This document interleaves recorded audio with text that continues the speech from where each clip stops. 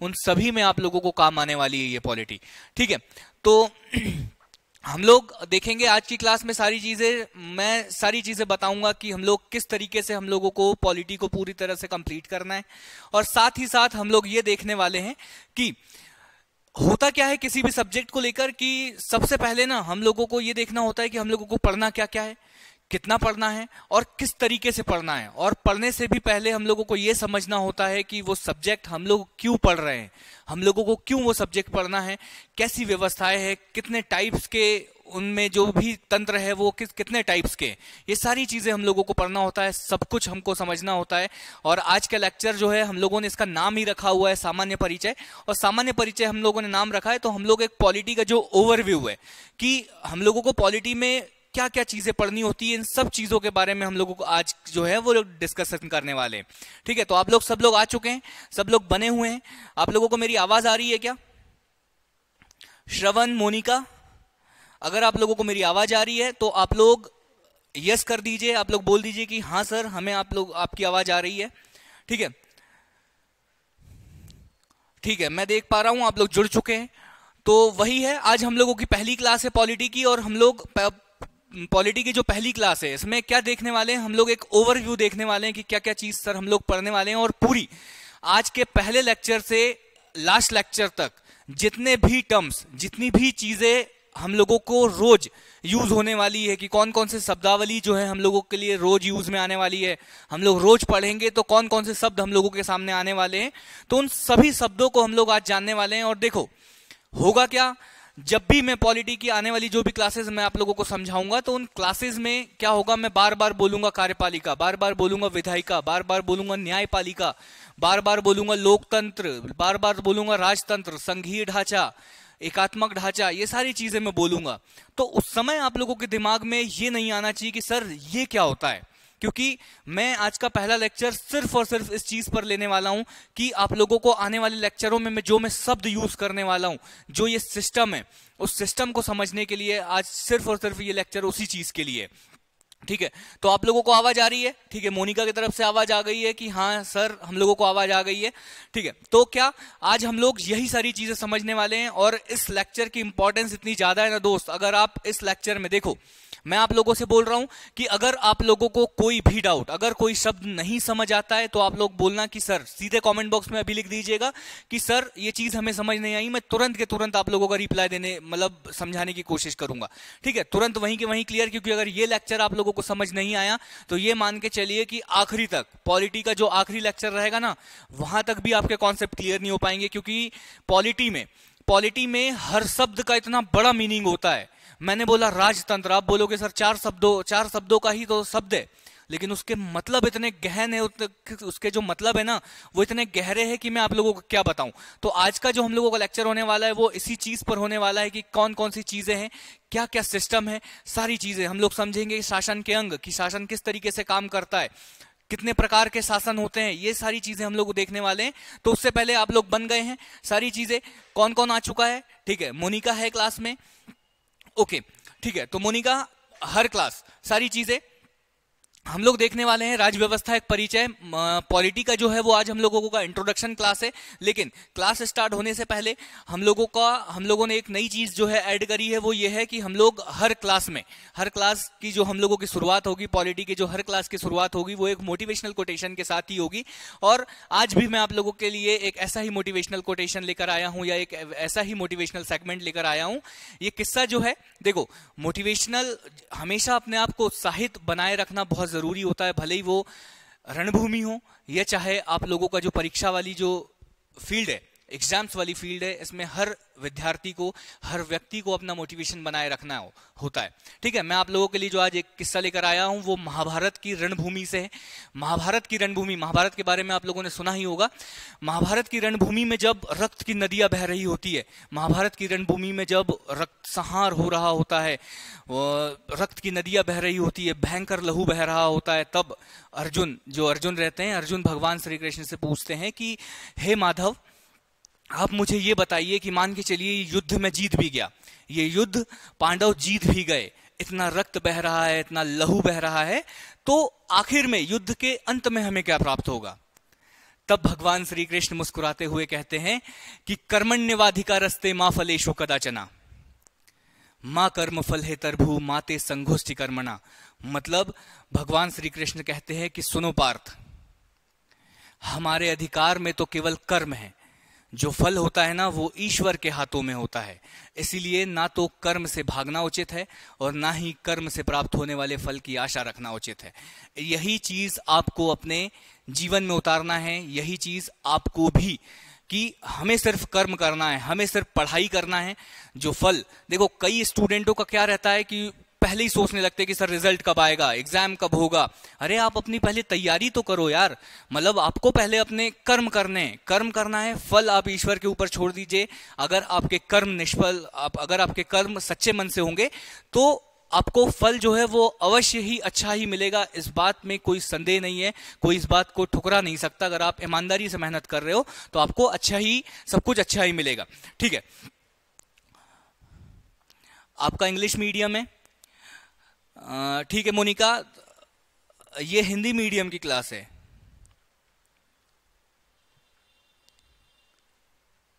ठीक है, लेकिन आप ये समझिए कि ये क्लास आप अटेंड कर सकते हो, ऐसा कुछ नहीं है, क्योंकि इसमें कुछ ज्यादा चीजें नहीं।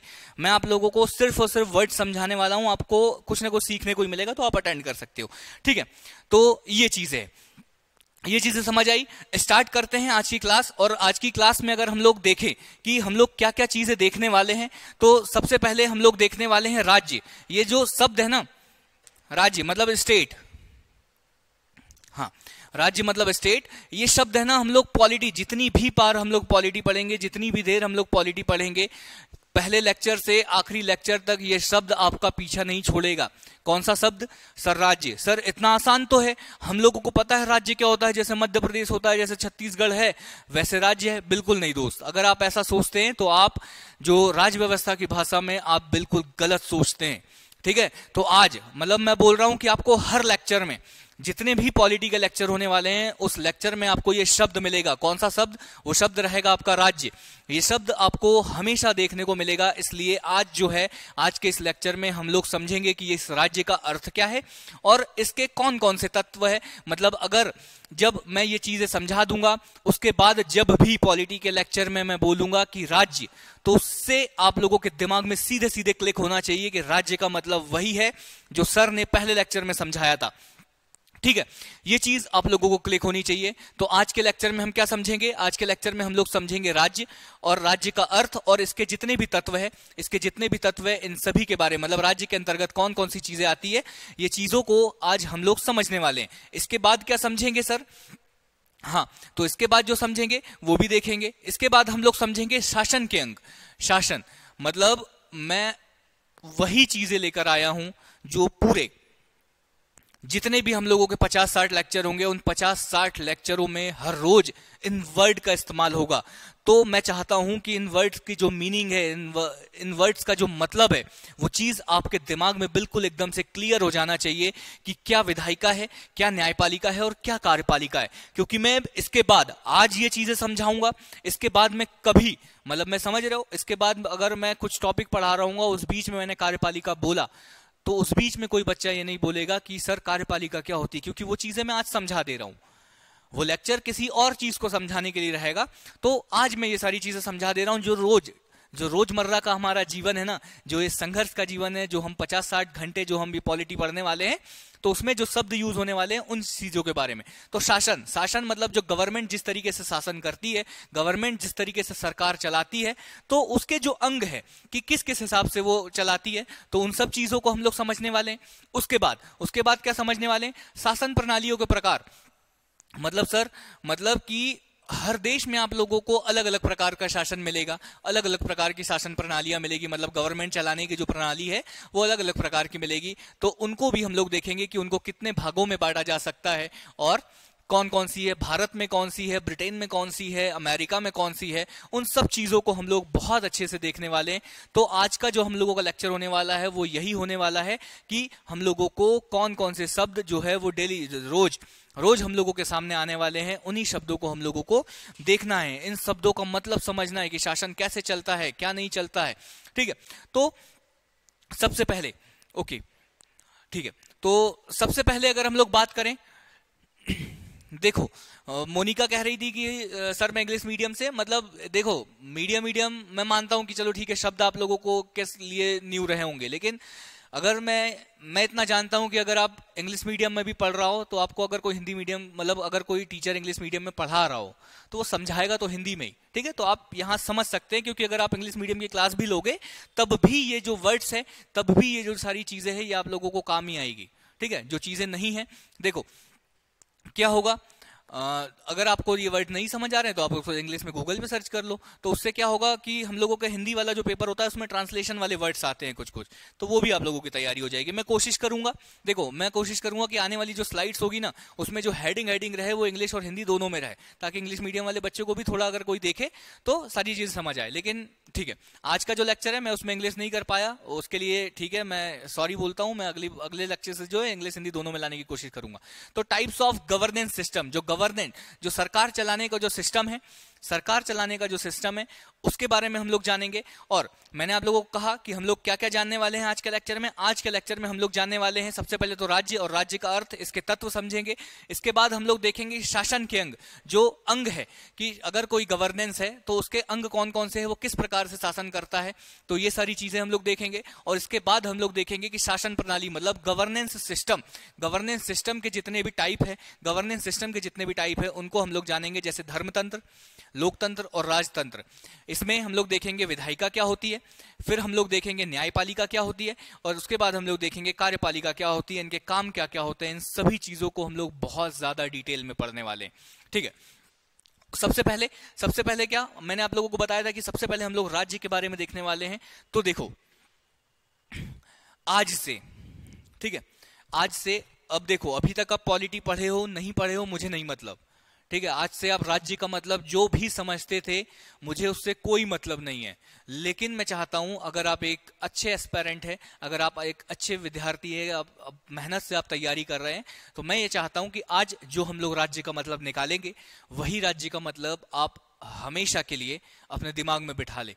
कोई बोलेगा राजस्थान राज्य, तब भी आप इस जो मैं कॉन्सेप्ट बताने वाला हूं इससे आप उसको कोरिलेट करने की कोशिश करना, ठीक है।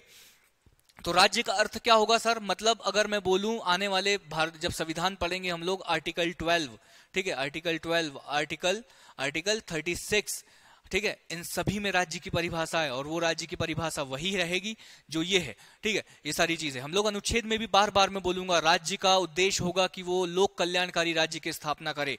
मतलब हर शब्द में आपको राज्य राज्य राज्य राज्य राज्य मिलेगा, ठीक है। तो आज आप लोगों को राज्य का जो मतलब है वो बहुत अच्छे से आप लोगों को समझ लेना है। आज आप लोगों को राज्य का मतलब बहुत अच्छे से क्या कर लेना है, समझ लेना है, ठीक है। हर्षित चौधरी, ओके, ठीक है हर्षित, ठीक है। तो क्या है राज्य का मतलब, क्या है राज्य का मतलब, आप यहां समझिए। राज्य का मतलब देखो मैं मैप भी लेकर आया हूं भारत के, आप लोगों को पता ही होगा कि हम लोग जब भी ज्योग्राफी पढ़ते हैं तो हम लोग देखते हैं कि कितने राज्य है, कितनी यूनियन टेरिटरीज है, ठीक है। ये मध्य प्रदेश हो गया, राजस्थान हो गया, महाराष्ट्र हो गया, ये सारे राज्य है ये, ठीक है। तो आज से आप लोगों को जब भी राज्य आए तो आप उसका मतलब ये नहीं निकालोगे कि मध्य प्रदेश एक सिर्फ भूभाग, कि मध्य प्रदेश हो गया, छत्तीसगढ़ हो गया, ये राज्य का मतलब नहीं होता है। राज्य का मतलब होता है क्या, राज्य का मतलब होता है ये कि एक निश्चित क्षेत्र में बसे हुए लोग, एक निश्चित क्षेत्र में बसे हुए लोग जिनकी एक सरकार होती है और किसी बाह्य इकाई, मतलब बाह्य इकाई के अधीन ना हो, मतलब किसी और देश के अधीन ना हो वो, ठीक है। इसका मतलब देखो राज्य का अर्थ होता है, राज्य का अर्थ होता है मतलब अगर मैं बोलूं आपका एक गांव है, ठीक है, आपका एक गांव है, आपके गांव मतलब आप एक सिंपल सा उदाहरण लेकर चलो, आपकी एक पंचायत है, आप जिस भी क्षेत्र में, आप जिस भी गांव में रहते हो वहां पर एक पंचायत होगी, ठीक है। वहां पर क्या हो रहा है, उस पंचायत के अंतर्गत एक बहुत बड़ा भूभाग है, एक बहुत बड़ा क्षेत्र है, वहां पर कुछ जमीनें हैं, बहुत सारा मतलब एक एरिया ही होगा ना, उस पंचायत का भी एरिया है कि उस क्षेत्र को छोड़कर अगर आप दूसरी पंचायत में जाओगे तो वहां पर दूसरे पंचायत का क्षेत्र लग जाएगा। तो आपका जो एक पंचायत है उसका एक क्षेत्र होगा, वहां पर रहने वाले लोगों की एक जनसंख्या होगी, 1000-1200 लोग वहां रह रहे होंगे। उस पंचायत में क्या होगा, एक सरपंच होगा, उस पंचायत में एक सरपंच होगा, ठीक है, उस पंचायत में एक सरपंच होगा, वहां पर एक सचिव होगा, उसके माध्यम से वहां पंचायत के जो कार्य होंगे वो संचालित हो रहे होंगे। तो ऐसा कहा जाता है कि वे सभी भूभाग जहां पर एक जिसमें राज्य, उन सभी भूभागों को बोला जा सकता है एक तो भूभाग होना बहुत जरूरी है कि एक क्षेत्र होना चाहिए, उस क्षेत्र पर रहने वाली जनसंख्या होनी चाहिए, उन जनसंख्या की एक सरकार होनी चाहिए जिसके हिसाब से, जिनके नियम कानून के हिसाब से वहां पर रहने वाली जनसंख्या जो है वो चल रही है, ठीक है, वहां पर शासन चल रहा हो। ये सारी चीजें अगर हो, सरकारी अधिकारी हो, तो ये सारी, इन सभी चीजों को मिलाकर एक राज्य बोला जाता है। अगर मैं बोलूं सर राजस्थान राज्य है, तो हाँ, राजस्थान राज्य कब तक है?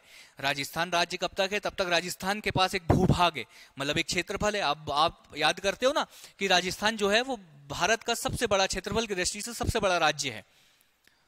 तो राजस्थान क्या है? राजस्थान एक राज्य है, नो डाउट, मैं मना नहीं करूंगा कि राजस्थान एक राज्य है, लेकिन सिर्फ उसका मतलब अगर आप सिर्फ एक भूभाग से निकालोगे तो गलत है। राजस्थान एक राज्य है, कैसे है? राजस्थान के पास अपना एक भूभाग है, अपना एक क्षेत्रफल है, ठीक है, उस पर रहने वाली जनसंख्या भी है। राजस्थान में एक सरकार भी है, राजस्थान में सरकार है, वर्तमान में राजस्थान में सरकार है, ठीक है, गवर्नमेंट है, और वो गवर्नमेंट के हिसाब से वहां पर जो है वो शासन चलता है। वो गवर्नमेंट अपनी जो वहां पर रहने वाली जनसंख्या है उसके लिए जो भी योजनाएं लाता है, तो वो क्या वहां पर लागू, उस जनसंख्या पर वो जो योजनाएं हैं वो लागू हो जाती है। तो राजस्थान एक राज्य है। वैसे ही मध्य प्रदेश भी है, सब कुछ ऐसा ही है। क्या है राज्य की कंडीशन? राज्य के बारे में जब भी आपसे कोई बोले तो आपके दिमाग में सारी चीजें होनी चाहिए कि एक तो भूभाग होना चाहिए, एक तो क्षेत्रफल होना चाहिए, उस क्षेत्रफल पर रहने वाली जनसंख्या होनी चाहिए, उस जनसंख्या में से ही कुछ लोग जो रहेंगे वो उस गवर्नमेंट को चलाएंगे, वहां पर शासन करेंगे, और शासन करने के बाद ये सारी चीजें होनी चाहिए। सर तो क्या मध्य प्रदेश, राजस्थान, महाराष्ट्र ये सब राज्य है? तो हाँ, अगर राज्य की परिभाषा को वो लोग परिभाषित करते हैं तो वो एक राज्य है। मतलब अगर सर भारत सरकार, अगर हम लोग केंद्र सरकार की दृष्टिकोण से देखें तो भारत भी एक राज्य है, बिल्कुल भारत भी एक राज्य है। अगर हम लोग केंद्र सरकार की दृष्टिकोण से देखें तो भारत हो गया, भारत के पास अपना एक भूभाग है, भारत के पास रहने वाली एक बहुत बड़ी जनसंख्या भी है, और उस जनसंख्या पर शासन करने वाले एक जो सरकार है वो भी है, जिसके अनुरूप इस देश की सरकार चलती है, इस देश की जनसंख्या उसके अनुरूप काम करती है। तो ये हुआ राज्य की परिभाषा। क्या है राज्य की परिभाषा? क्या इतनी चीजें आप लोगों को समझ आई? मोनिका, हर्षित, क्या ये चीजें आप लोगों को समझ है? आप लोग समझ रहे हैं कि राज्य एक, मतलब एक स्टेट को अगर स्टेट बोलने की जो शर्तें हैं वो क्या शर्तें हैं? कि सबसे पहले तो एक लैंड होना चाहिए, एक लैंड एरिया होना चाहिए, एक भूभाग होना चाहिए, उस लैंड एरिया पर रहने वाली जनसंख्या चाहिए। बिना जनसंख्या के, अब अगर मैं बोल दूं कि हाँ, अगर मैं बोल दूं चलो ठीक है ये राजस्थान राज्य है, अगर मैं यहां से जनसंख्या हटा दूं ना, मैं इसको सिर्फ और सिर्फ यहां से अगर मैं जनसंख्या हटा दूं, यहां पर कोई व्यक्ति नहीं रह रहा होगा, तो इसको आप राज्य नहीं बोलोगे। संविधान की भाषा में आप इसको राज्य नहीं बोलोगे, क्योंकि यहां पे जनसंख्या रह ही नहीं रही, तो इसको आप वो नहीं बोलोगे, ठीक है। कोई भी एक अंग अगर यहां सरकार नहीं होगी तो आप इसको राज्य नहीं बोल पाओगे। संविधान के अनुसार राज्य, मतलब संविधान के अनुसार आप इसे राज्य नहीं बोल पाओगे। जो हम पॉलिटी पढ़ने वाले हैं उसके अनुसार आप इसको राज्य नहीं बोल पाओगे। राज्य होने के लिए जो कंडीशंस है वो यही है कि एक तो लैंड एरिया होना चाहिए, दूसरी चीज क्या होनी चाहिए?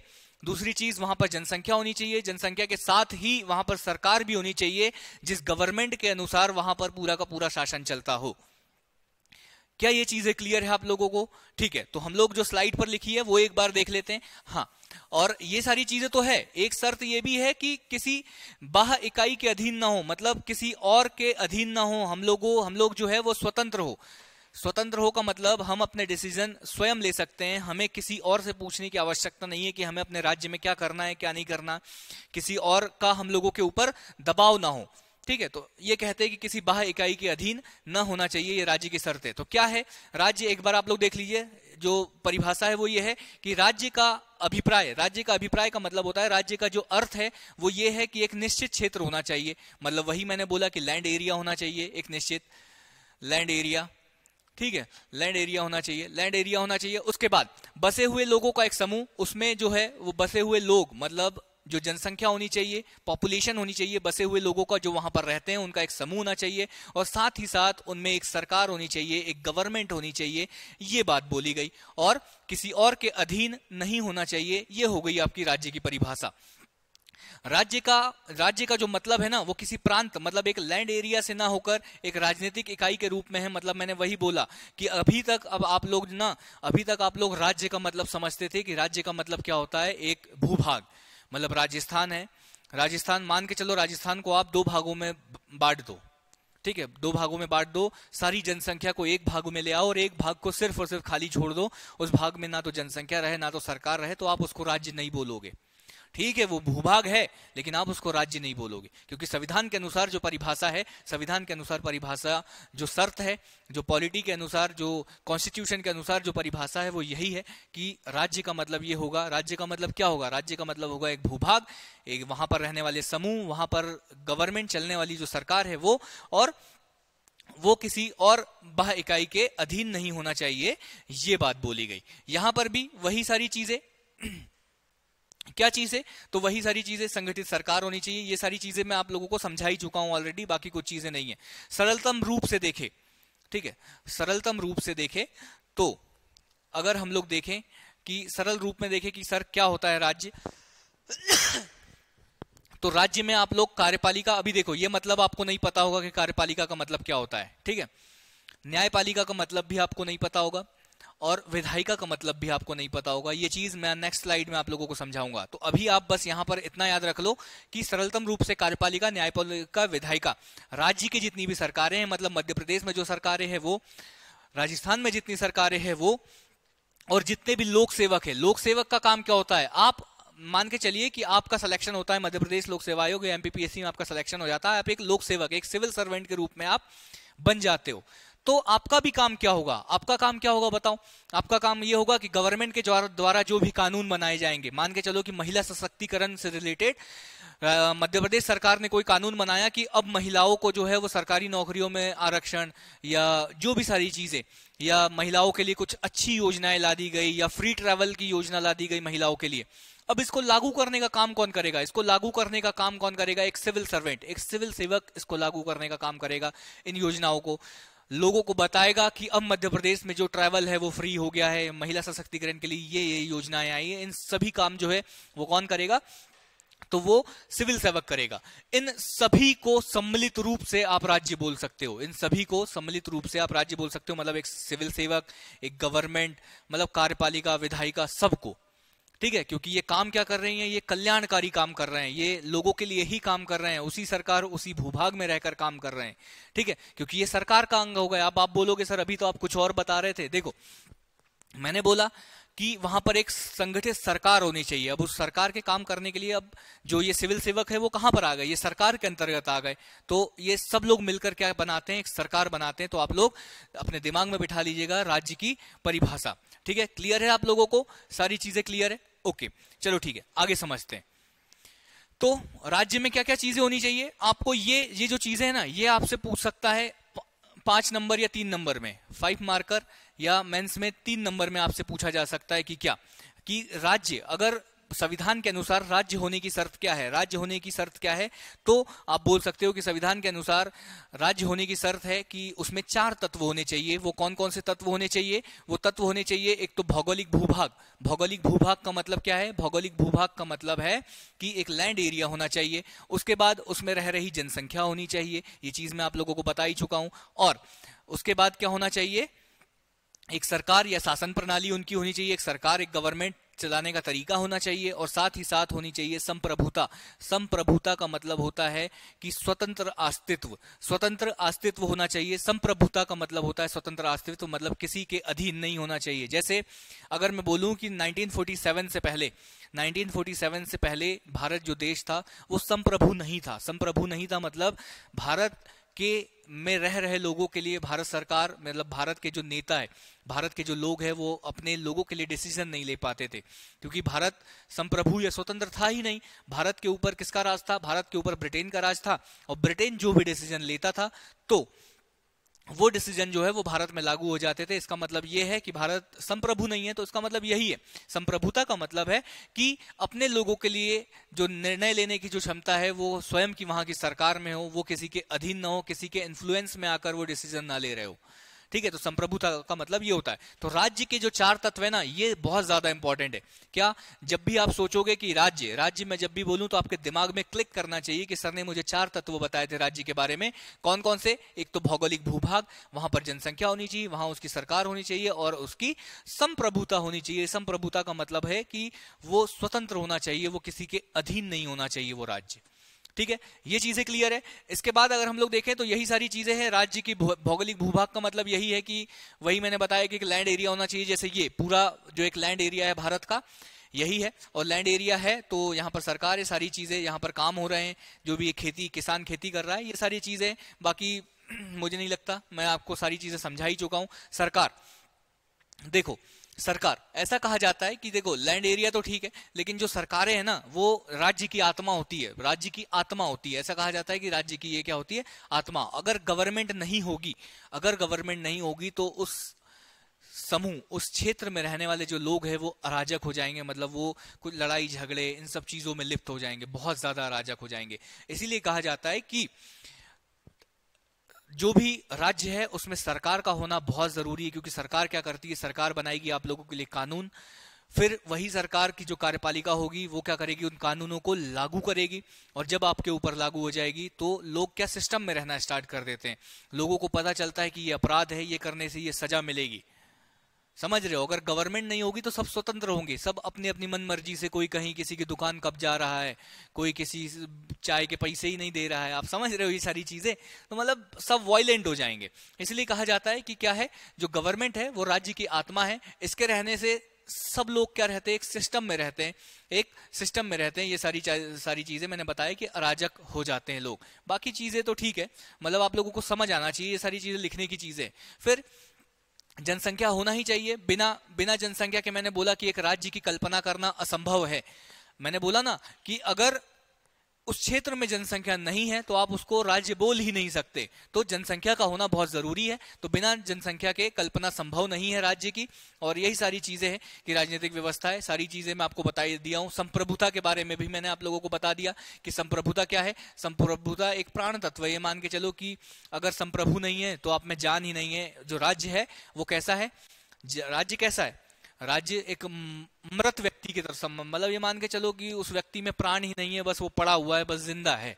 जैसे कोमा में नहीं चले जाते लोग, तो ऐसा कहा जाता है। अगर संप्रभुता नहीं है उस राज्य में तो ऐसा माना जाता है कि उसमें जान ही नहीं है, वो राज्य जो है वो प्राण है ही नहीं। कोई और आ रहा है, कोई और अपने जो नियम कानून है वो लागू कर रहा है। जो वहां पर रह रहे व्यक्ति जो है वो अपना डिसीजन, मतलब जो भी सारी चीजें जो मन में आ रहा है वो चीजें कर नहीं पा रहा है। और जो वहां के जो नेता है, जो भी वहां की जो गवर्नमेंट है वो भी कुछ नहीं कर पा रही है अगर संप्रभु नहीं है। संप्रभु नहीं होने का मतलब ये है, संप्रभु होने का मतलब क्या है कि पूर्ण रूप से सर्वोच्च शक्ति जो है वहां की गवर्नमेंट के पास होनी चाहिए। जो उस क्षेत्र के लोगों ने, जहां वहां की जो गवर्नमेंट चुनी है, उनके पास सर्वोच्च शक्ति होनी चाहिए।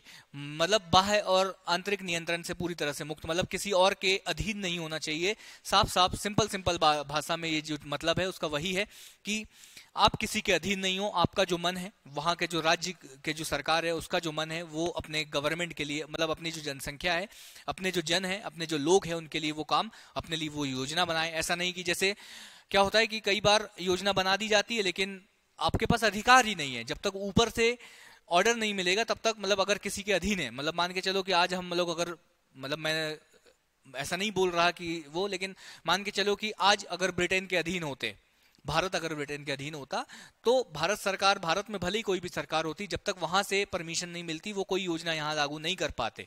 तो ये कहते हैं कि आज हम लोग स्वतंत्र हैं। इस देश की जो केंद्र सरकार है वो जो चाहे किसान, जो भी किसान कानून है या महिलाओं से संबंधित कोई भी कानून है वो संप्रभु से ला पा रहे, क्योंकि हमारा देश जो है वो संप्रभु है। हमारा जो देश है वो किसी के अधीन नहीं है। तो एक राज्य के अस्तित्व में संप्रभुता जो है वो प्राण तत्व है। अगर संप्रभु हमारा देश नहीं हुआ तो ऐसा माना जाता है कि वो जो राज्य है वो एक मृत व्यक्ति के समान है, उसमें जान ही नहीं है। ठीक है, ऐसा माना जाता है। यहां तक आप लोगों को क्लियर है? यहां तक आप लोगों को क्लियर है क्या? ठीक है, यहां तक आप लोगों को अगर क्लियर है तो हम लोग यहां से आगे की क्लास स्टार्ट करेंगे। ठीक है,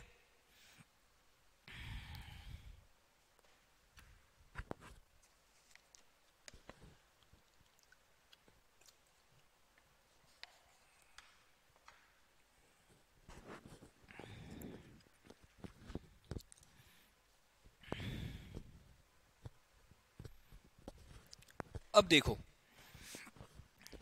मैंने आप लोगों को बता दिया, मैंने आप लोगों को क्या बता दिया। देखो व्हाइट बोर्ड पे आ जाते हैं अपन थोड़ी देर के लिए, है ना। हाँ, मैंने आप लोगों को बता दिया कि एक राज्य मैंने आपको बताया कि एक राज्य की परिभाषा क्या क्या होनी चाहिए। अब राज्य तो आप लोगों ने बना दिया। सर आपने बताया राज्य में क्या होनी चाहिए, जनसंख्या होनी चाहिए, जनसंख्या होनी चाहिए, सरकार होनी चाहिए, ठीक है, भूभाग होना चाहिए, भूभाग होना चाहिए, और साथ ही साथ सर क्या होना चाहिए, साथ ही साथ संप्रभुता होनी चाहिए, संप्रभुता होनी चाहिए। ये चीज सर आपने हमें बता दिया। अब देखो, अब क्या हुआ, ये सरकार जो बनी है ना, इस सरकार के सामने सबसे बड़ी चुनौतियां जो थी ना, सबसे बड़ी जो चुनौतियां थी वो क्या थी, ये चीज समझते। अब सरकार, मान के चलो कि एक राज्य का गठन भी हो गया, एक राज्य का गठन हो गया, वहां पर लोग भी आ गए, रहने के लिए लोग भी है, एक भूभाग भी मिल गया, वहां पर सरकार का भी गठन हो गया। अब इस सरकार के सामने सबसे बड़ी जो चुनौती है वो क्या है, सबसे बड़ी चुनौतियां है क्या, सबसे बड़ी चुनौती है, 3 चुनौतियां देखने को मिली। हाँ, यहां पर देख लेते हैं हम लोग। इस गवर्नमेंट के सामने 3 चुनौतियां देखने को मिली। पहली क्या, पहली यह है कि कानून का निर्माण। पहली चुनौती क्या है, हाँ यही ठीक है, कानून का निर्माण, कि कानून का निर्माण कैसे करना है, जो लॉज की जो मेकिंग है या कानून का निर्माण कैसे करना है। सबसे बड़ी चुनौती इस गवर्नमेंट के पास ये है कि कानून का निर्माण जो है वो कैसे करना है। ये पहली चुनौती हो गई। कानून का निर्माण कर दिया, कानून का निर्माण करना है। क्यों कानून का निर्माण करना है, क्योंकि उस राज्य में रह रही जनसंख्या को सही तरीके से सिस्टम में रखना है। उस राज्य में रह रही जनसंख्या के लिए क्या करना है, लोक कल्याणकारी जो योजनाएं हैं वो लानी है, जिससे उन लोगों को भला हो पाए। उनके लिए शिक्षा की नीतियां लानी है, उनके लिए स्वास्थ्य की नीतियां लानी है, समझ रहे हो। तो ये सारे कानून बनाने का निर्माण, इन सभी कानूनों का निर्माण जो है ये सरकार की सबसे पहली चुनौती। दूसरी चीज, जो दूसरी चुनौती थी, वो दूसरी चुनौती क्या थी, दूसरी चुनौती ये थी कि ये जो कानून बनाए गए हैं, ये जो कानून बन जाएंगे, इनको लागू कैसे करना है, इनको लागू कौन करेगा, इनको लोगों तक कैसे पहुंचाएगा, कैसे इनको इंप्लीमेंट करे कि वो सभी लोगों तक पहुंच जाए, ठीक है, सभी लोगों तक पहुंच जाए। इसके बाद तीसरी चुनौती क्या है, तीसरी चुनौती ये थी कि अगर किसी में विवाद हो, किसी चीज में विवाद हो, तो इसका निपटारा, विवाद का निपटारा कैसे किया जाएगा, विवाद का निपटारा। या ये जो बने हुए कानून हैं, ये जो बने हुए कानून हैं, अगर कोई व्यक्ति इनका उल्लंघन करता है तो उनको दंड कैसे दिया जाएगा, उनको दंड देने का प्रावधान कैसे होगा, कैसे सुनिश्चित करें कि अगर कोई इन बनाए गए कानूनों का अगर कोई क्या करता है, कोई उल्लंघन करता है, इन कानूनों को अगर नहीं मानता है तो उनको कैसे दंड दिया जाए। अगर 2 व्यक्ति या 2 राज्यों के बीच या किसी वर्ग समूह के बीच विवाद होता है, ठीक है, तो उन विवादों को कैसे निपटाया जाए। ये सभी समस्याएं, कितनी समस्याएं, 3 समस्याएं आई इस सरकार के पास। कौन सी, कि कानून का निर्माण कैसा किया जाए, इन कानूनों को लागू कैसा किया जाए, और इनका जो विवाद है इनका निपटान कैसे किया जाए। ये सारी समस्याएं आई। देखो, इन सभी समस्याओं का, जैसे अभी तो मैं एक छोटे से इस पे बता रहा हूं, लेकिन अगर हम लोग पूरे देश में, पूरे विश्व के स्तर पर अगर हम लोग देखें तो हर देश की जो सरकार है, हर देश की जो गवर्नमेंट है, हर देश के जो भी वहां की पार्टीज है, जो भी वहां की सरकार है, उन सभी के साथ जो समस्याएं थी शुरुआत की बात मैं कर रहा हूं, जब वो देश नया बना होगा तो उस समय पर जो सरकार रही होगी तो उनके सामने सबसे बड़ी समस्याएं यही रहती थी। और जब हम लोग अब पलट कर देखते हैं हर देश की जो व्यवस्था है, तो मैक्सिमम जो देश है, मैक्सिमम जो कंट्रीज है, उनमें इन तीनों समस्याओं का सॉल्यूशन एक ही समान निकाला हुआ है। बस उनके जो तरीके हैं वो अलग अलग है, लेकिन अगर देखा जाए मोटे मोटे तौर पर तो उन सभी, ये जो तीनों मैंने समस्याएं आप लोगों को बताई, इन तीनों समस्याओं का जो निदान है वो एक ही तरीके से निकाला गया। वो निदान क्या निकाला गया, वो निदान निकाला गया ये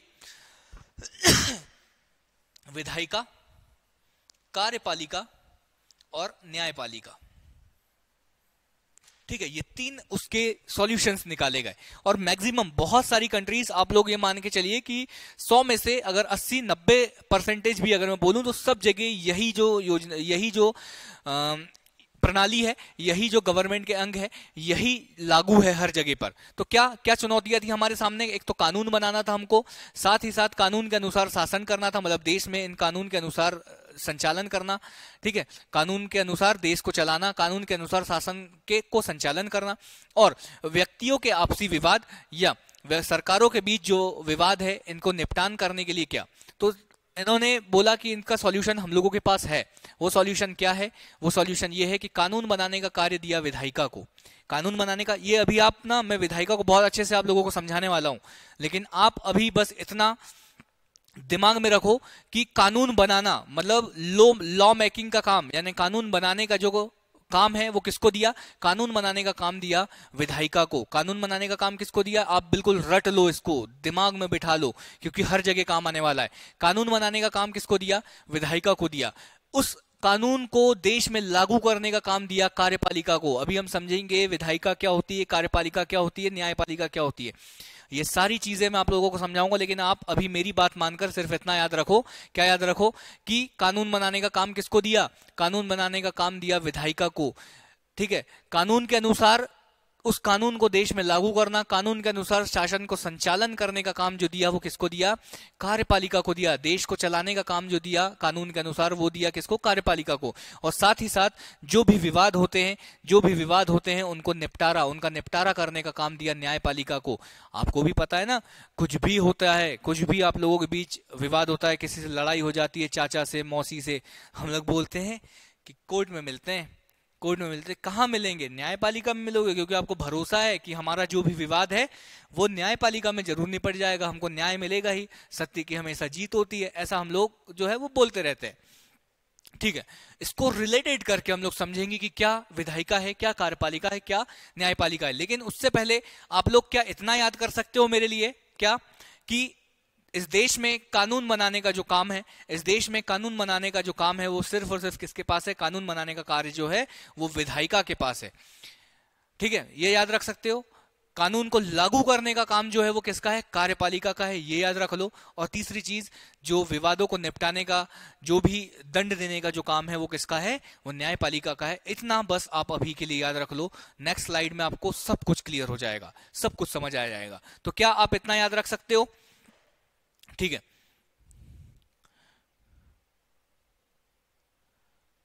कुछ चीजें समझ नहीं आई क्या आप लोगों को? सब क्लियर है? Okay,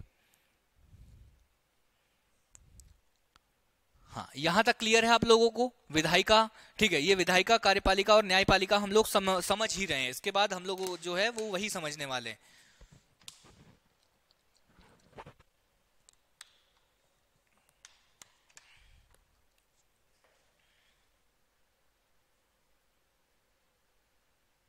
okay, clear. हर्षित, मोनिका, ठीक है, क्लियर है सब कुछ? ठीक। आप लोगों को कोई भी डाउट रहता है ना तो आप लोग लिख दिया करो, अगर कुछ चीजें समझ नहीं आती है। हाँ, तो क्या हुआ? इन तीन व्यवस्थाओं के माध्यम से, कौन कौन सी व्यवस्था? एक तो विधायिका हो गई, और विधायिका के साथ न्यायपालिका, और न्यायपालिका के साथ कार्यपालिका के माध्यम से क्या किया गया? इन चुनौतियों का समाधान कर दिया गया। इन चुनौतियों को क्या कर दिया गया? इन चुनौतियों का हल निकाल दिया गया। कैसे कैसे? ये देखो, अब मैंने यहाँ छोटी छोटी ना आप लोगों के लिए फोटोज लेकर आया हूँ। ठीक है, ये विधायिका, अभी मैं विधायिका समझाऊंगा, आप लोगों को क्लियर हो जाएगा कि विधायिका क्या है।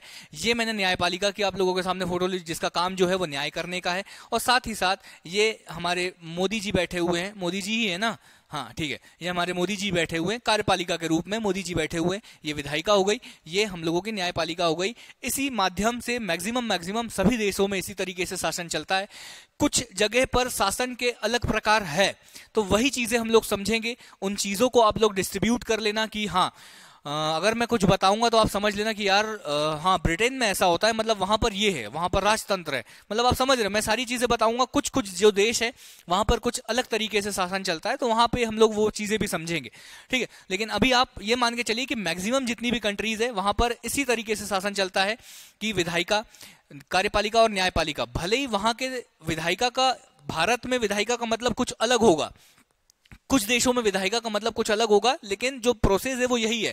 भारत में कार्यपालिका का अर्थ कुछ अलग होगा, अमेरिका में कार्यपालिका का अर्थ कुछ अलग होगा। न्यायपालिका का मतलब वहां पर जो है, हमारे यहाँ सुप्रीम कोर्ट, हाई कोर्ट है, वहां पर कुछ और होगी, वहां पर सुप्रीम कोर्ट ही होगी, हाई कोर्ट नहीं होगी, मतलब इस तरीके की चीजें होगी। ठीक है, लेकिन जो चलने की जो तरीका है ना, जो शासन करने का जो तरीका है, वो यही का यही रहने वाला है। यही चीज मैं आप लोगों को बताने वाला हूँ। ठीक है, तो आज हम लोग देखेंगे कि विधायिका क्या होती है। विधायिका, ठीक है, विधायिका को हम लोग देखने वाले हैं कि विधायिका क्या होती है, सारी चीजें हम लोग देखने वाले।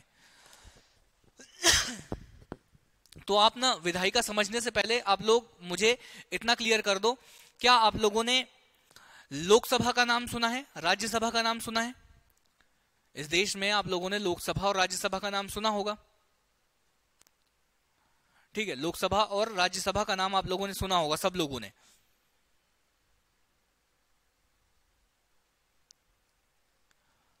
सुना है ना आप लोगों ने, सबने?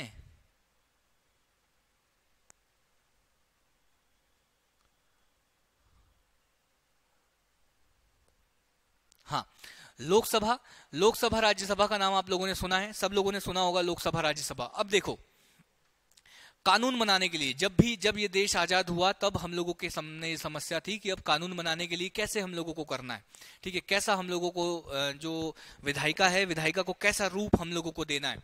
तो हम लोगों के यहाँ पे द्विसदनीय, मतलब ये एक सदनीय भी होता है, दो सदनीय। अभी आप विधायिका का मतलब समझिए कि लोकसभा, हमारे यहाँ विधायिका का मतलब है लोकसभा और राज्यसभा दोनों से, ठीक है। अब सर ये कैसे हुआ, ये कैसे हुआ? तो देखो, लोकसभा और राज्यसभा को दोनों को मिलाकर हमारे यहाँ विधायिका बोला जाता है। और आप भी जानते हैं कि कानून बनाने का काम कौन करता है, कानून बनाने का काम कौन करता है हमारे यहाँ, लोकसभा और राज्यसभा। देखो, विधायिका का मतलब ये है,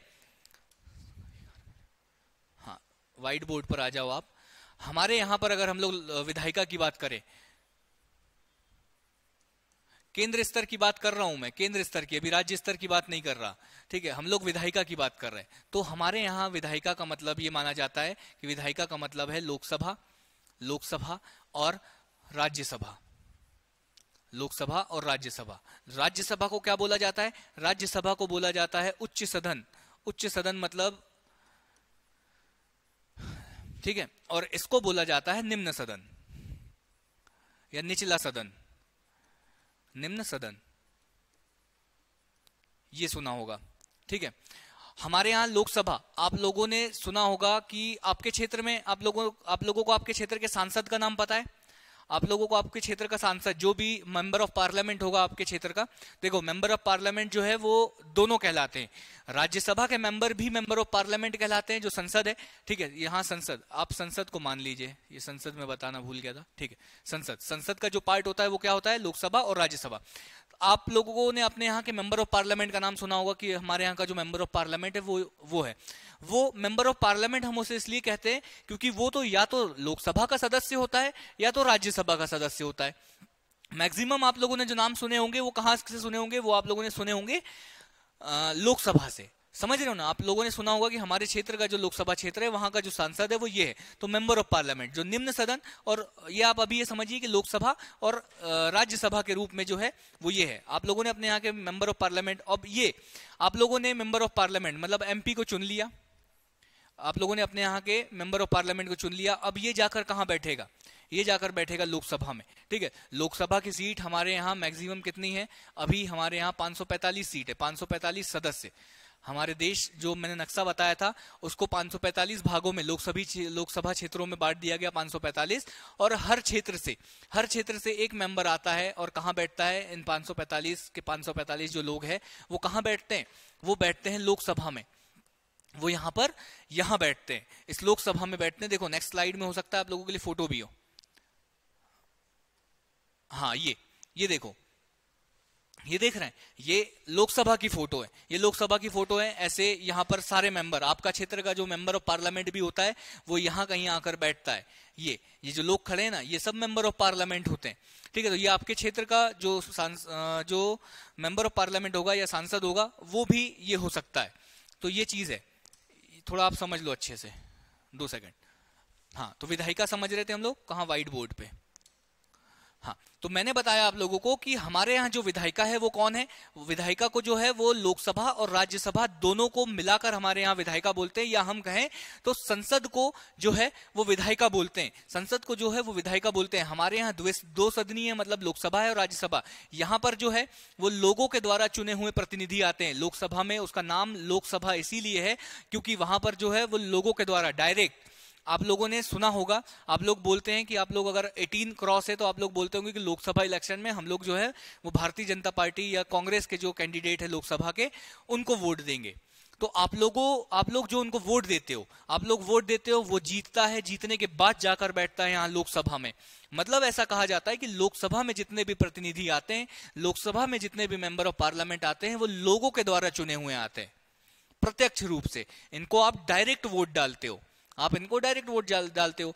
जैसे अगर मैं बात करूं कि भोपाल की अभी सांसद कौन है? साध्वी प्रज्ञा ठाकुर, साध्वी प्रज्ञा ठाकुर भोपाल की सांसद है। वो जीत कर गई है, तो वो जीत कर अगर यहां से गई है, इसका मतलब है भोपाल में रह रहे लोगों ने उनको डायरेक्ट वोट डाला है, डायरेक्ट उनको वोट डालकर डायरेक्ट उनको जिताया है। वो सीधे जाकर कहां बैठी है? वो बैठी है लोकसभा में। मतलब सर क्या वो विधायिका का भाग है? तो हाँ, वो विधायिका का अंग है, वो विधायिका का भाग है। कौन? साध्वी प्रज्ञा, क्योंकि वहां पर बैठी हुई है। ठीक है, तो वो विधायिका का अंग है। फिर सर राज्यसभा की क्या बात कर रहे हैं आप? तो राज्यसभा ये मान के चलो कि अभी आप मोटे मोटे तौर पर राज्यसभा इतना मान लो कि इन लोगों को हम लोग प्रत्यक्ष रूप से नहीं, हम लोग डायरेक्ट इनको वोट नहीं डालते हैं। राज्यसभा के जो लोग आते हैं, मतलब ये मान के चलो, जैसे आप लोगों ने ये सुना होगा कि मध्य प्रदेश में जो है वो कितनी सीटें हैं राज्यसभा की? मध्य प्रदेश में 11 सीटें हैं। कितनी सीटें हैं? 11 सीटें हैं राज्यसभा की। 11 सीटें राज्यसभा की है मध्य प्रदेश में। मतलब मध्य प्रदेश की जनसंख्या के अनुसार हम लोगों को जो है वो राज्यसभा की 11 सीटें दी गई। अब सर मध्य प्रदेश की गवर्नमेंट, अब जैसे देखो विधानसभा, हम आप लोगों ने सुना होगा हमारे यहाँ विधानसभा, तो विधानसभा में जितने, जैसे मान के चलो कि 230 हम लोगों के यहाँ विधायक विधानसभा की सीटें हैं, उन 230 सीटों में से मान के चलो कि 230 सीटों में से पूरी की पूरी सीटें भारतीय जनता पार्टी या पूरी की पूरी सीटें कांग्रेस को आ गई। मतलब 230 की 230 सीटें मान के चलो कांग्रेस ने जीत ली। तो कांग्रेस अपने जो भी है, कांग्रेस जो है इन पूरी 11 की 11 सीटों पर अपने जो भी व्यक्ति है, उन व्यक्तियों को सीधे सीधे मध्य प्रदेश का प्रतिनिधित्व करने के लिए राज्यसभा भेज सकता है। इनको हम लोग डायरेक्ट वोट नहीं दे रहे हैं। हम लोगों ने हमारे यहाँ के एमएलए, हमारे यहाँ के जो विधायक है उसको वोट दिया। उन विधायकों के द्वारा वोट किया जाएगा आगे कि इस व्यक्ति को जो है वो राज्यसभा भेज दो। तो मध्य प्रदेश का प्रतिनिधित्व करने के लिए ये 11 के 11 व्यक्ति, ये रेशियो में होता है।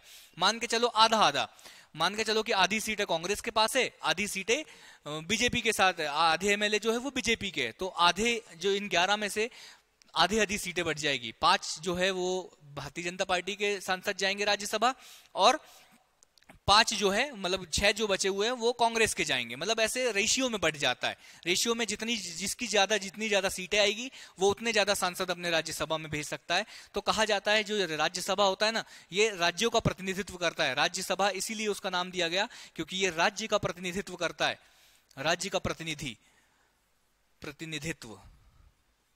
ठीक है, तो ये चीजें आप लोगों को क्लियर है, ये चीजें आप लोगों को क्लियर है।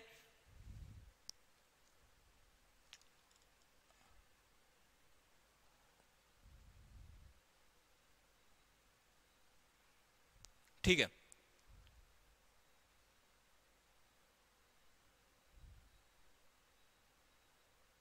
ठीक है, समझते हैं इसको।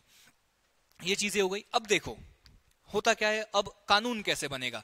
मैंने बोला ना कि विधायिका का काम क्या है, विधायिका का काम है कि क्या करना है, विधायिका का काम है कानून बनाने का काम। तो हमारे यहाँ जो कानून बनाने का काम है, यहां देखो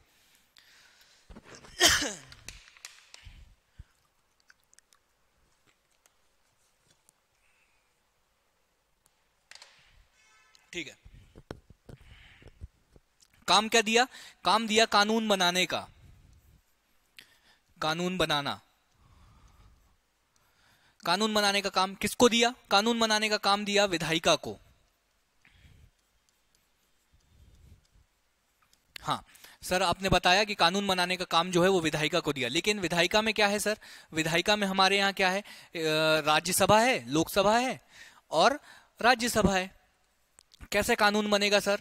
यहां पर कौन होंगे? यहां पर कौन होंगे बताओ? यहां पर आपके 545 मेंबर होंगे, यहां पर हो गए आपके 545 मेंबर जिनको आप चुनकर भेजते हो, और यहां पर होंगे 245 मेंबर जिनको राज्य सरकार के द्वारा चुनकर भेजा जाता है।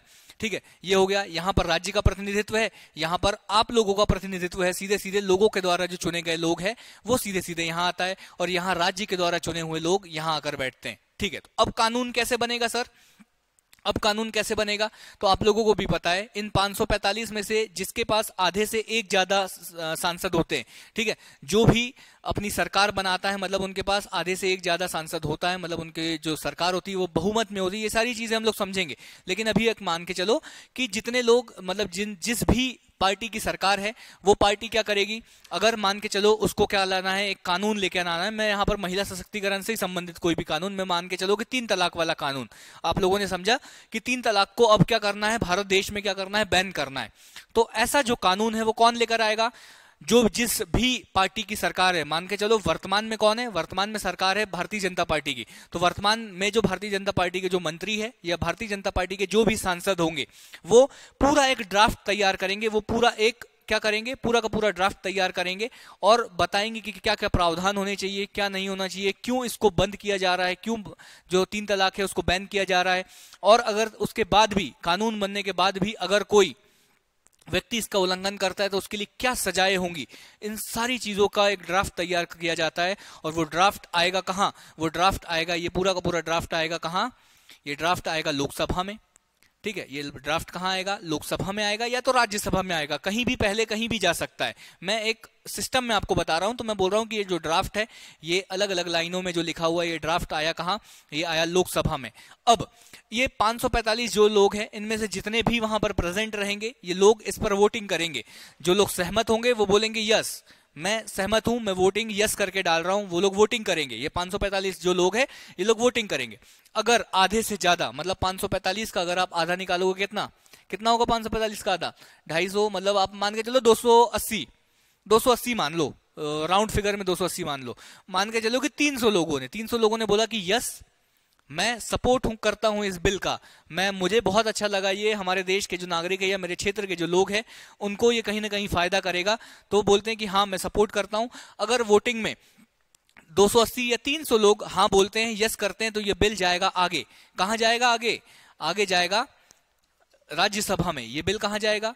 ये बिल जाएगा राज्यसभा में। राज्यसभा में फिर इसको जो सरकार है, सरकार के जो सांसद होंगे, जो केंद्र में जिनकी सरकार है उनके जो भी सांसद होंगे वो वहां पर पेश करेंगे, वहां पर इस बिल के बारे में सारी खासियत बताएंगे, इसको प्रेजेंट करेंगे, जैसे हम लोग प्रेजेंटेशन देते हैं ना, तो वैसे वहां पर प्रेजेंट करेंगे। यहां पर 245 का आधा, जितने भी लोग, 245 का आधा कितना, 250 का 175, 180 मान लो आप, मान के चलो कि 180 लोगों ने हाँ बोल दिया, तो इसके बाद जो जाएगा ये बिल कहां जाएगा, ये बिल जाएगा प्रेसिडेंट, इस देश के राष्ट्रपति के पास। प्रेसिडेंट इस पर सिग्नेचर करेंगे ऐसे, ठीक है, प्रेसिडेंट इसके ऊपर सिग्नेचर करेंगे, और जैसे ही प्रेसिडेंट इसके ऊपर सिग्नेचर करेंगे ये क्या बन जाएगा, ये कानून बन जाएगा। ये कानून बन जाएगा, कानून बन गया, कानून बन गया। कैसे कानून बन गया? प्रेसिडेंट ने सिग्नेचर किया। ये सारी चीजें समझेंगे कि प्रेसिडेंट सिग्नेचर क्यों करेगा, प्रेसिडेंट के पास ऐसी कौन सी शक्ति है जिससे वो सिग्नेचर करने से मना कर दिया, लेकिन ये सब धीरे धीरे आएगा। लेकिन आज की क्लास में हम लोगों को सिर्फ समझना है विधायिका, कि विधायिका क्या होती है, ठीक है। किसी को कोई डाउट? क्या प्रोसेस है?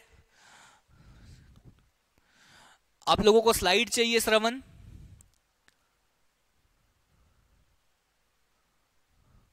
आप लोगों को स्लाइड चाहिए? स्लाइड चाहिए तो मैं टेलीग्राम ग्रुप पे आप लोगों को प्रोवाइड कर दूंगा, ठीक है, कोई दिक्कत नहीं है। स्लाइड देने में मुझे कोई प्रॉब्लम नहीं है, ये स्लाइड मैं आप लोगों को प्रोवाइड कर दूंगा, नो डाउट।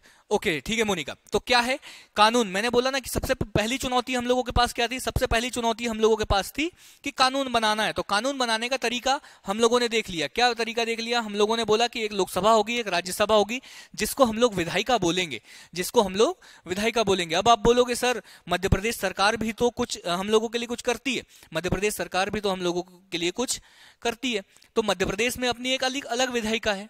ये चीज भी हम लोग समझेंगे कि मध्य प्रदेश में जो विधानसभा है, विधानसभा को ही विधायिका बोला जाता है। जैसे केंद्र स्तर पर राज्यसभा और लोकसभा को विधायिका बोला जा रहा है, वैसे ही राज्य स्तर पर जो विधानसभा रहेगी, जो विधान परिषद रहेगी, ठीक है, जो विधान परिषद रहेगी उसको विधायिका बोलेंगे। वो जब सारी चीजें हम लोग समझेंगे, लेकिन अभी आप सिर्फ समझने के लिए इतना याद रखो कि विधायिका का काम क्या है। विधायिका का काम है कानून बनाना, और कानून किस तरीके से बना रहे हैं तो वो प्रोसेस भी आप लोग समझ गए कि लोकसभा में आएगा, पूरा का पूरा जो बिल है, पूरा का पूरा जो विधेयक है वो लोकसभा में आएगा, यहां आने के बाद वो राज्यसभा में जाएगा, राज्यसभा के बाद यहां पर राष्ट्रपति मतलब प्रेसिडेंट उसके ऊपर सिग्नेचर करेगा और वो कानून बन जाएगा।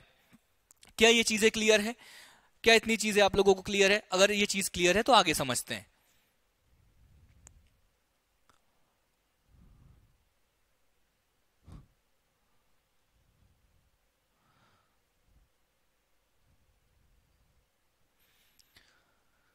ठीक है, ओके।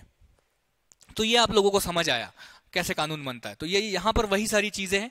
क्या है? विधायिका के बारे में बोला है कि विधायिका का सबसे बड़ा जो राजनीतिक विज्ञान है, मतलब शासन, जो भी सरकार, जो गवर्नमेंट है, गवर्नमेंट में सबसे बड़ा जो रोल है ना, वो किसका है? सबसे बड़ा जो रोल है वो गवर्नमेंट का ही है, ये विधायिका का ही है सबसे बड़ा रोल। इसका काम क्या है? इसको तकनीकी रूप से अगर हम लोग देखें तो इसका काम क्या है? इसका काम है कानून का निर्माण करना। इसका काम क्या है? इसका काम है कानून का निर्माण, या इसी को बोला जाता है कानून निर्माता विभाग। ठीक है, इसके लिए भारत में संसद मैंने बोला ना कि संसद, अब इसी संसद का मतलब क्या होता है? संसद इसके लिए सबसे उपयुक्त शब्द माना गया, जो चीज मैं आप लोगों को समझा चुका हूं लोकसभा और राज्यसभा के रूप में, कि लोकसभा, राज्यसभा और प्रेसिडेंट, इन तीनों को मिलाकर संसद बोला जाता है। ये चीज हम लोग समझेंगे अनुच्छेद कहां? जब हम लोग लोकसभा पढ़ेंगे, जब हम लोग राज्यसभा पढ़ेंगे, जब हम लोग संसद पढ़ेंगे, तो ये सारी चीजें हम लोग देखेंगे वहां की संसद का मतलब क्या होता है। लेकिन अभी आप संसद का मतलब समझिए, लोकसभा, राज्यसभा और प्रेसिडेंट ये तीनों मिलकर जो है वो संसद बनाते हैं। ये तीनों मिलकर संसद बनाते हैं, और कोई भी कानून अगर इस देश में बनना है तो इन तीनों में से अगर किसी एक की भी सहमति नहीं होगी ना, तो वो कानून नहीं बन पाएगा। इस चीज को समझिए, लोकसभा की भी सहमति जरूरी है, राज्यसभा की भी सहमति जरूरी है, और राष्ट्रपति के सिग्नेचर भी जरूरी होते हैं। इसीलिए कहा जाता है कि विधायिका जो है वो क्या है? विधायिका जो है, विधायिका को हम लोग संसद बोल सकते हैं, क्योंकि हमारे यहाँ जो कानून बनाने का काम जो है वो कौन कर रहा है? हमारे यहाँ जो कानून बनाने का काम कर रहा है वो संसद कर रहा है। ये चीजें समझ आई? क्या महत्वपूर्ण काम है? तो महत्वपूर्ण काम इसका है कानून निर्माण करना, कानून बनाना, इसका बहुत महत्वपूर्ण काम है। दूसरा काम जो संसद है, जो विधायिका का जो दूसरा काम है ना, अब देखो, आप लोगों ने क्या कर दिया? आप लोगों ने अपने यहां से सांसद भेज दिए, आप लोगों ने भारतीय जनता पार्टी का सांसद भेज दिया, आप लोगों ने कांग्रेस के सांसद अपने यहां से जिताकर भेज दिया। कहां भेज दिए? लोकसभा में भेज दिए। अब वहां पर जो विधायिका है, वहां पर जो विधायिका मतलब लोकसभा है, लोकसभा विधायिका है, तो वहां पर जो विधायिका है उनका काम है कि उन सांसदों में से, उन 545 सांसदों में से एक को प्रधानमंत्री चुनना। अब इस प्रधानमंत्री के द्वारा क्या किया जाएगा? बचे हुए जो सांसद है उनमें से कुछ मंत्रियों को चुनना। ठीक है, जैसे एजुकेशन मिनिस्टर हो गए, जैसे बहुत सारे जो भी रेलवे मिनिस्टर हो गए, इन सभी को चुनने का काम जो है वो किसका है? वो विधायिका का ही है। विधायिका, ठीक है, क्योंकि ये लोगों के द्वारा प्रतिनिधि होते हैं, इसलिए राजकोष, अभी ये सारी चीजें बाद में समझेंगे, अभी तो ऐसे डल गई है। लेकिन अभी आप यहां पर समझिए कि विधायिका का मतलब क्या है। जब भी रात के 12 बजे कोई आपके गाल पे थप्पड़ मार के आप लोगों को बोले कि बताओ विधायिका क्या होती है, तो आप लोगों को याद होना चाहिए क्या? तब आप लोगों को याद होना चाहिए, सर विधायिका का मतलब कानून बनाने वाला विभाग। हमारे देश की विधायिका का मतलब हमारे देश के लिए जो कानून बनाता है वो हमारे देश के लिए विधायिका कहलाएगी। विधायिका का मतलब सर लोकसभा, राज्यसभा, प्रेसिडेंट, ये तीनों मिलकर हमारे लिए कानून बनाते हैं, ये तीनों साथ में मिलकर हमारे लिए कानून बनाते हैं। तो ये तीनों को सम्मिलित रूप में हम क्या बोलेंगे? इन तीनों को सम्मिलित रूप में हम लोग बोलेंगे क्या? इन तीनों को सम्मिलित रूप में हम लोग बोलेंगे विधायिका। क्या ये चीज आप लोगों को क्लियर है? क्या इतनी चीजें आप लोगों को क्लियर है? इसके टाइप्स भी हम लोग देखेंगे। हाँ, किसी का कमेंट है, मैं 2 सेकंड में देख लेता हूं।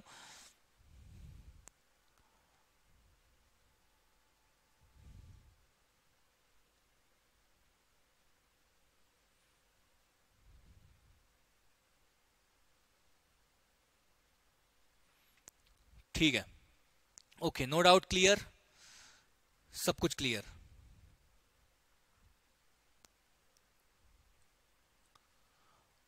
ओके, हाँ, तो अब ये जो विधायिका है ना, जो चीज मैंने बताई वो कई देशों में अलग अलग रूप में मिलती है। कई जगह पे सिर्फ और सिर्फ लोकसभा होता है, कई जगह पे मतलब सिर्फ और सिर्फ एक सदन। एक सदन का मतलब होता है सिर्फ और सिर्फ एक सदन, जहां पर एक ही जगह पर सब लोग बैठते हैं और कानून बना लेते हैं। और ये जो सदन होता है ना, जो एक ही सदन होता है, वो वही होता है जो हमारे यहाँ लोकसभा है, जहां पर लोग जो है वो प्रतिनिधि के रूप में आते हैं, और लोगों के द्वारा चुने हुए जो प्रतिनिधि वहां आते हैं, और उन्हीं लोगों के लिए वो लोग क्या करते हैं? वो लोग कानून बनाते हैं। और कई जगह पर जो है ये 2 सदन में मिलता है। जैसे भारत में हम लोगों को 2 सदन में मिलता है। भारत में एक उच्च सदन है जिसको हम लोग क्या बोलते हैं? जिसको हम लोग बोलते हैं राज्यसभा। और भारत में एक जो है वो निम्न सदन है जिसको हम लोग बोलते हैं लोकसभा। ठीक है, इसको हम लोग लोकसभा बोलते हैं। तो भारत में जो है वो द्विसदनीय प्रणाली है, मतलब विधायिका की जो है वो द्विसदनीय प्रणाली है, मतलब हमारे यहाँ 2 सदन है, लेकिन कई जगह पर है जो वो एक ही सदन होता है, मतलब वहां पर उनको लगता नहीं है कि राज्यसभा की आवश्यकता भी है। और मैक्सिमम ये जो चीजें है ना, ये जो देखो कई पर एक सदन ही होता है, और यहाँ पर सिर्फ और सिर्फ जनप्रतिनिधि, जैसे हमारे यहाँ से जो जनप्रतिनिधि है वो सीधे सीधे जो आते हैं वो कहाँ आते हैं, वो आते हैं लोकसभा में। सीधा जो आते हैं वो लोकसभा में हमारे द्वारा जो चुने हुए सांसद होते हैं, और इनका काम जो होता है वो विधि निर्माण, मतलब वही कानून बनाने का। और एक सदनीय जो व्यवस्था मिलती है वो कहां कहां मिलती है, तो उसका एग्जांपल है न्यूजीलैंड, डेनमार्क, फिनलैंड और चाइना। यहां पर एक सदनीय ही मिलती है, एक सदनीय ही मिलती है। दूसरे सदन की आवश्यकता क्यों होती है सर? दूसरे सदन की आवश्यकता वहां होती है जहां पर देखो, जहां पर संघात्मक ढांचा को अपनाया जाता है। अब संघात्मक ढांचा क्या होता है? संघात्मक ढांचा क्या होता है? 2 प्रकार के जो शासन के जो प्रकार होते हैं ना, वो 2 प्रकार के होते हैं। एक तो होता है एकात्मक ढांचा, और दूसरा होता है संघात्मक ढांचा। भारत में जो है वो संघात्मक ढांचा है सॉरी, ठीक है, भारत में जो है वो संघात्मक ढांचा। समझ लीजिए कि एकात्मक ढांचा क्या होता है और संघात्मक ढांचा क्या होता है। ठीक है, दो आप लोगों को मिलेगा। एक होता है एकात्मक, इन सभी शब्दों का जो मतलब है ना आपको हमेशा समझ में आना चाहिए, एकात्मक। और दूसरा जो होता है वो होता है संघात्मक। ठीक है, एक होता है एकात्मक और दूसरा जो होता है वो संघात्मक। एकात्मक का मतलब होता है कि निर्णय लेने की जो शक्तियां होती है ना, वो सिर्फ और सिर्फ संघ के पास, मतलब एकात्मक मतलब केंद्र के पास निर्णय या कानून बनाने की शक्ति, या कानूनों को लागू करने की शक्ति, या न्याय करने की जो शक्ति होगी, वो जितनी भी शक्तियां होगी, समस्त शक्ति जो भी शक्तियां है एक राज्य या एक सरकार चलाने के लिए, जितनी भी शक्तियां लगती है, वो समस्त शक्ति अगर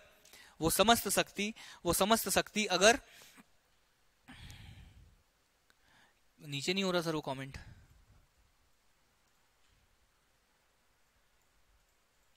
हाँ, तो समस्त शक्ति अगर केंद्र के पास हो, समस्त शक्ति अगर केंद्र के पास हो, तो ऐसा कहा जाता है कि वो जो शासन प्रणाली है वो एकात्मक ढांचे में बंधी हुई शासन प्रणाली है। एकात्मक मतलब ये मान के चलो कि, मतलब अगर आप ये मान के चलो कि क्या, हाँ, अगर कोई भी कानून बनाना है, तो जैसे अगर हम लोग एक कल्पना करें कि भारत में अगर एकात्मक शासन प्रणाली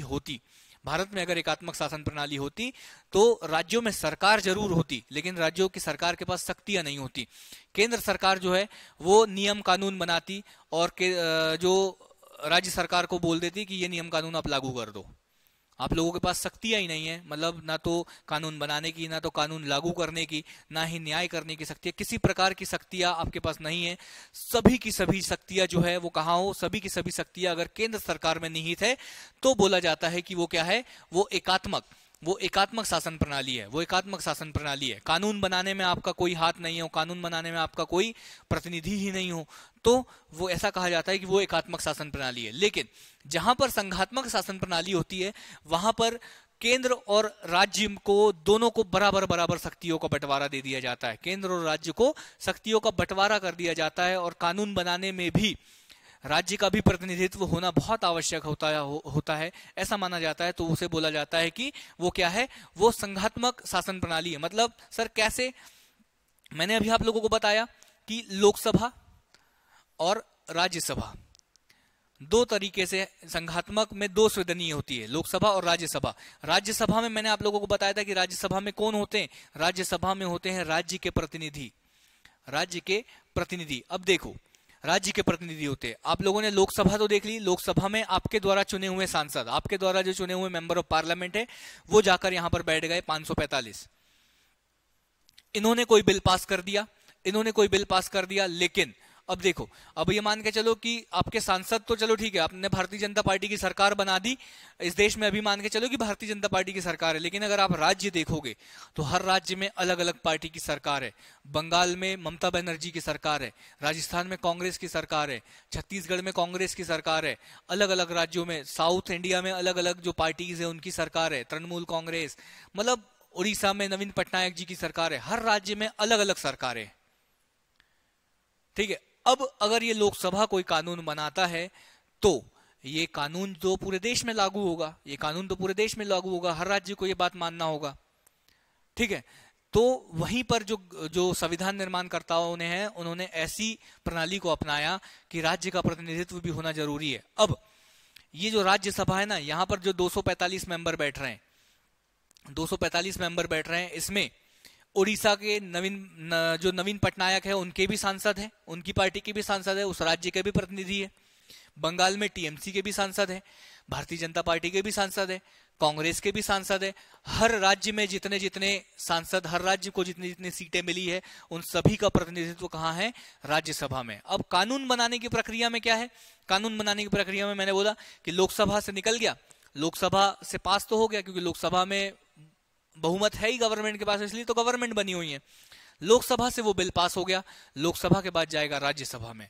अगर अगर सभी राज्यों को लगता है कि ये कानून सही नहीं है, हमारे राज्य में ये कानून लागू नहीं होना चाहिए, तो ये लोग विपक्ष में वोट कर देते हैं। सब लोग एक गुट बनाते हैं, सभी राज्य के जो जितने भी सांसद होते हैं अलग अलग पार्टियों के, वो लोग गुट बनाते हैं और विपक्ष में वोट करते हैं कि हम लोग सहमत नहीं है।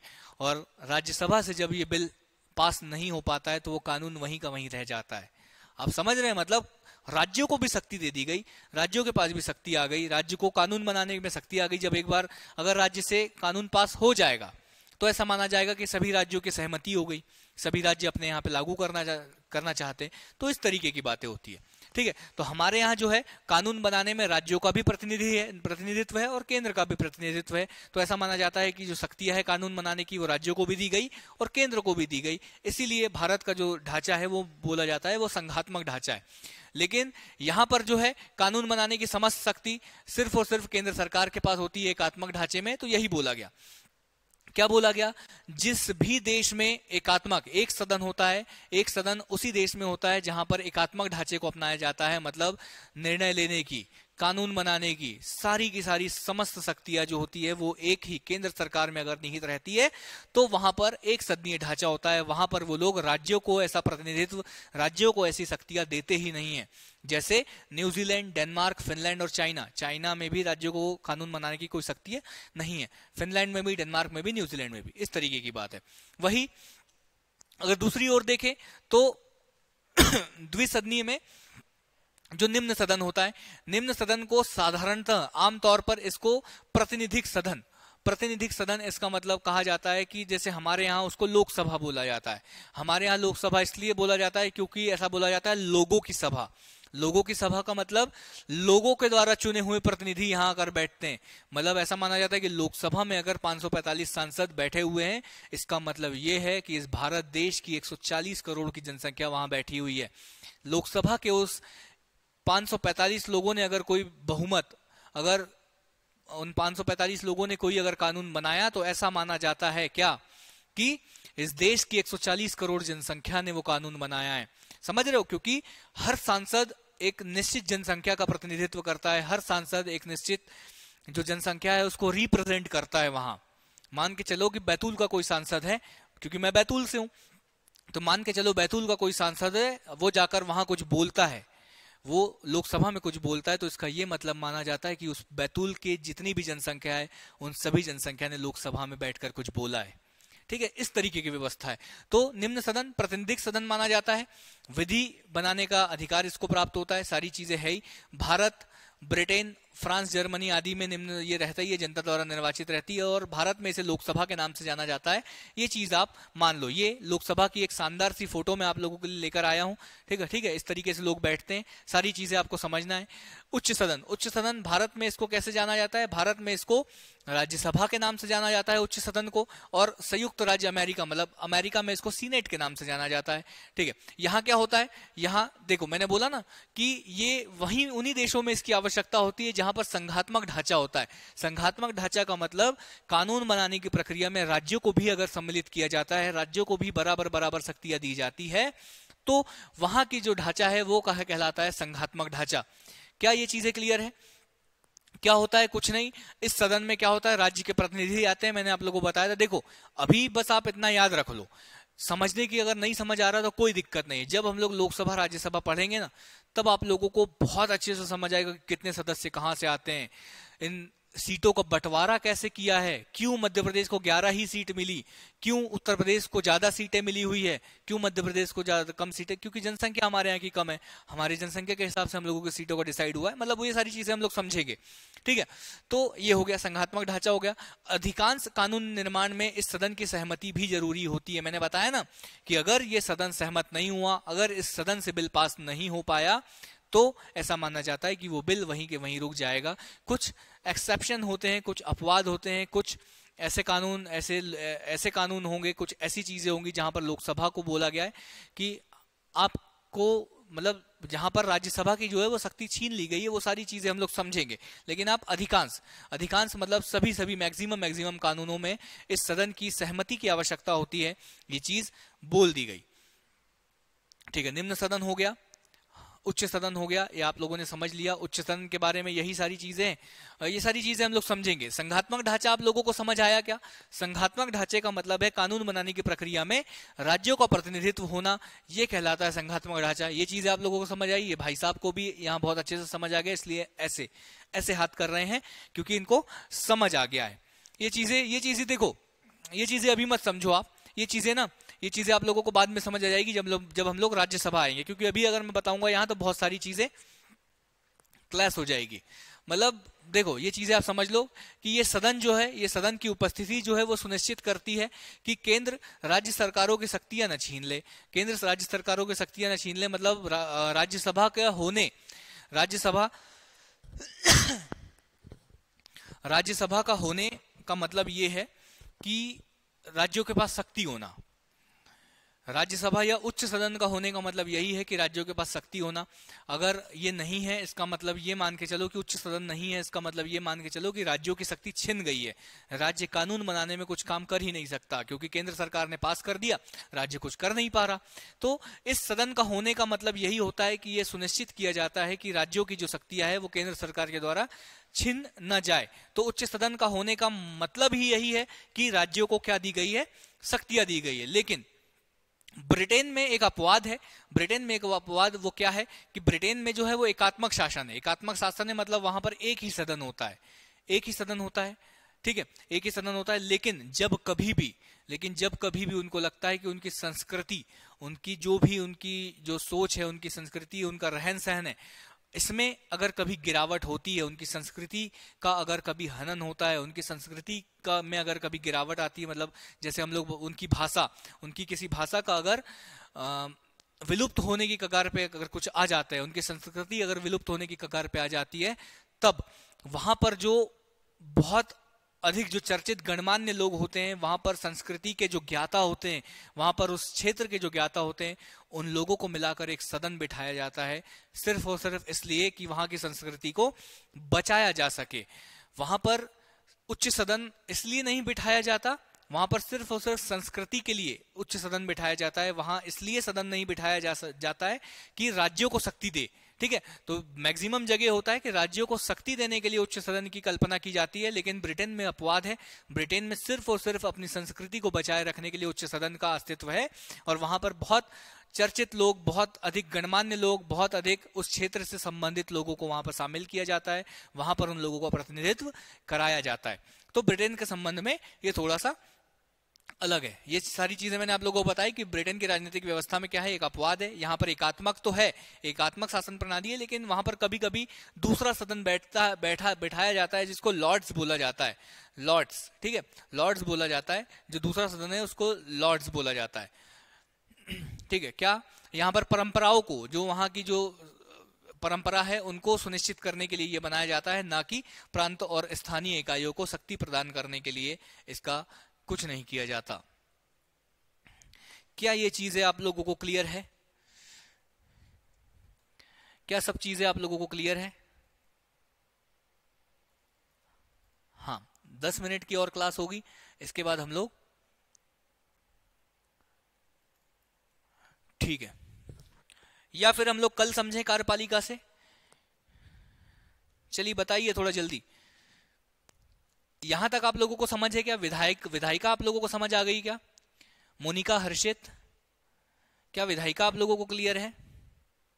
अगर विधायिका आप लोगों को यहाँ क्लियर है तो हम लोग इसके बाद की क्लास जो है वो कल हम लोग यहीं से कंटिन्यू करेंगे। हम लोग कल समझेंगे विधायिका के बाद कार्यपालिका समझेंगे, उसके बाद न्यायपालिका समझेंगे और शासन के जो अलग अलग तरीके हैं उन सभी चीजों को हम लोग कल समझेंगे। ठीक है, क्लियर है आप लोगों को? हाँ, मतलब हम लोग कल देखेंगे ये सारी चीजें। ठीक है, ठीक है। तो यहां तक उम्मीद करता हूं कि आप सभी लोगों को बहुत अच्छे से समझ आया होगा, सब कुछ अच्छा रहा होगा। उम्मीद करूंगा बहुत अच्छे तरीके से आगे भी आप लोगों के लिए बहुत अच्छी अच्छी चीजें इमेज में लेकर इसलिए आता हूं क्योंकि पढ़ने का जो है वो इंटरेस्ट बना रहता है, इसलिए मैं छोटी छोटी फोटोज आप लोगों के लिए लेकर आता हूं। और उम्मीद करता हूं कि आप सभी अच्छे होंगे, बहुत अच्छे से आप लोग अपनी पढ़ाई को करोगे। देखो, मैं पढ़ा दूंगा वो सारी चीजें तो ठीक है, लेकिन अगर मैं जिस दिन ये टॉपिक कंप्लीट करूं तो उसी दिन साथ के साथ आप लोगों का भी टॉपिक कंप्लीट हो जाना चाहिए, क्योंकि अगर आप छोड़ते जाओगे तो बात बनेगी नहीं। ठीक है, क्योंकि दिक्कत होती जाएगी, वर्कलोड इतना बढ़ जाएगा। छोटी छोटी चीजें देखो, मैंने इतनी सारी चीजें समझाई, आप कोशिश किया करो कि आप क्या करो, आप अपने हैंड रिटन नोट्स बनाओ, अच्छी बुक्स, अच्छे नोट्स, एग्जाम ओरिजिनल्स के नोट्स, सारी चीजें आप लोगों के पास है, नो डाउट बहुत अच्छा कंटेंट आपके पास है। लेकिन आप कोशिश करो कि आप अपने हैंड रिटन, आप अपने शॉर्ट नोट्स बनाओ, क्योंकि जब एग्जाम पास में आता है ना तो आप सारी बुकलेट्स नहीं पलटा सकते, आप आखिरी के 15 दिन में सारी बुकलेट्स नहीं पढ़ पाओगे। लेकिन अगर आपके सेल्फ नोट्स बने होंगे, उनको आप पहले से 5 बार पढ़ चुके होंगे, तो उसको आप बहुत अच्छे से उसको आप कंप्लीट कर पाओगे। ठीक है, तो कोशिश किया करो कि आप अपने हैंड रिटन नोट्स बनाओ। जो स्लाइड्स की बात है, स्लाइड्स में आप लोगों को एग्जाम ओरिजिनल्स के जो भी टेलीग्राम चैनल है उस पर, या आप लोग एक अपना एक ग्रुप बना लीजिएगा या उसमें मुझे भी ऐड कर लीजिएगा, तो वहां पर मैं आप लोगों को स्लाइडें प्रोवाइड कर दूंगा।